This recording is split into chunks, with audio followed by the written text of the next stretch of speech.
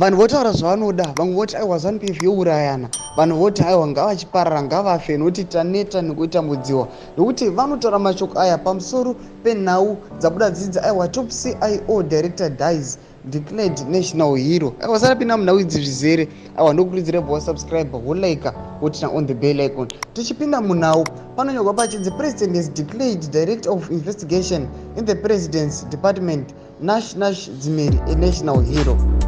ZANU-PF National Political Commissar Dr. Mike Bima delivered the message to the family last night.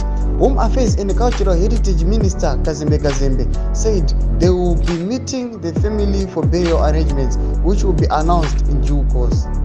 President Mnangagwa has also conferred national hero status on a decorated soldier and military strategist Brigadier General Sadc, who died in a road traffic accident on Tuesday. Saka ndo mashoko ari kubuda zvinzi aiwa vakuru ava varoda kuitwa vatodhikirwa national hero. Saka mburi yeZimbabwe chibotudzai mafunguro enyu nenhau dzekufa dziri kuita vanhu vari involved in politics. Tikuona kuti nyangwe naVesha abva akatoitawo national hero.